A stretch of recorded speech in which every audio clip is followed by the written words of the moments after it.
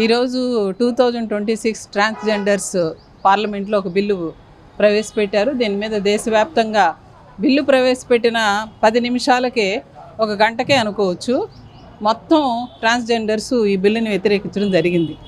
కారణం ఏంటంటే 2014లో supreme court NALSA అనేటువంటి దీంట్లో ఈ ట్రాన్స్జెండర్స్కి చాలా మంచి అంటే వాళ్ళ ఆత్మాభిమానాన్ని కాపాడే విధంగా చాలా మంచి అంటే జీవించే హక్కు 14, 15, 21 ఈ హక్కులన్నింటినీ ప్రసాదించి వాటిని ఇంప్లిమెంట్ చేయమని చెప్పింది. అయితే నిన్న కొత్తగా 2026 పార్లమెంట్లో ట్రాన్స్జెండర్స్ అమెండ్మెంట్ బిల్ అని చెప్పేసి ఒక విచిత్రమైనటువంటి మార్పులు చేశారు.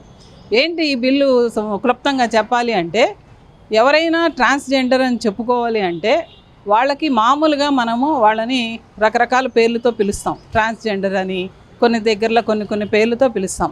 అలా కాకుండా సోషియో ఎకనామిక్ కండిషన్ని బట్టి వాళ్ళ బాహ్య రూపాన్ని బట్టి కూడా వీళ్ళు ట్రాన్స్జెండర్స్ అనేది గత ప్రపంచం పుట్టినప్పటి నుంచి ఉంది. అలా కాదు, మీరు ట్రాన్స్జెండర్ అని అనాలి అంటే మీరు మెడికల్ సర్టిఫికేట్ తెచ్చుకోవాలి.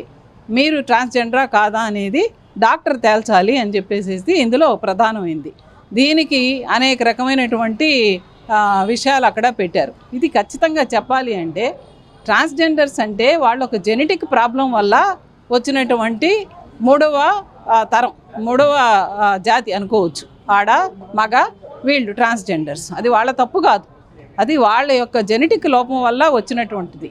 కాబట్టి దీన్ని మెడికో లీగల్గా కేసుగా మార్చడం వల్ల వాళ్ళ ఉనికే ప్రమాదం అయ్యేటువంటి పరిస్థితి ఉంది. నేను అడుగుతా ఉన్నాను ఈ కేంద్ర ప్రభుత్వాన్ని, అయ్యా ఇప్పుడు ఇంకేం సమస్యలు లేవా మనకి? ఒక పక్క పశ్చిమాసియా రగిలిపోతూ ఉంది, అది ప్రపంచ యుద్ధంగా మారుతూ ఉంది. గ్యాస్ లేదు, డీజిల్ కొరత ఎప్పుడు ఏర్పడుతుందో తెలియదు.